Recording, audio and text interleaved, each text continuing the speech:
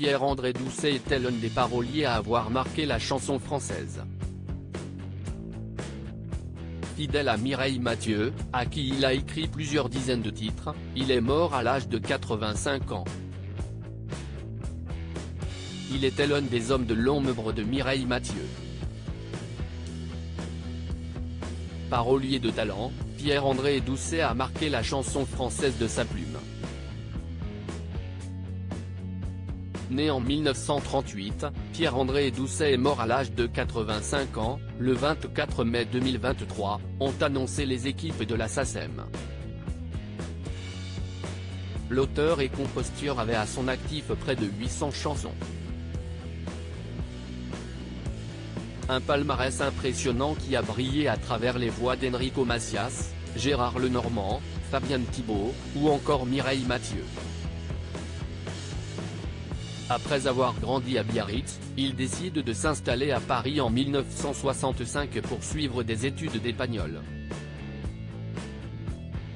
Rapidement, Pierre-André Doucet arrête ses études pour s'adonner à sa passion pour l'écriture, il rejoint les équipes du Lapin Agile, un cabaret situé à Montmartre où il se fait remarquer pour ses textes. C'est ainsi qu'il parvient à enregistrer un premier disque, puis 3 de plus dans les années qui suivent. Pierre-André Doucet n'était pas seulement compositeur, il était aussi interprète. Un amour de parole en 1967, son destin bascule. Pierre-André Doucet rencontre Mireille Mathieu. Elle devient l'une de ses sources d'inspiration en matière de chansons d'amour. Dès 1968, il écrit à cette dernière un titre, À force de rêver. Le début d'une longue collaboration. En effet, le parolier lui a écrit aussi au bal du grand amour, Ce soir ils vont s'aimer, et c'était bien, et quand tu seras là, il est tard, ou encore il pleut quand on est triste.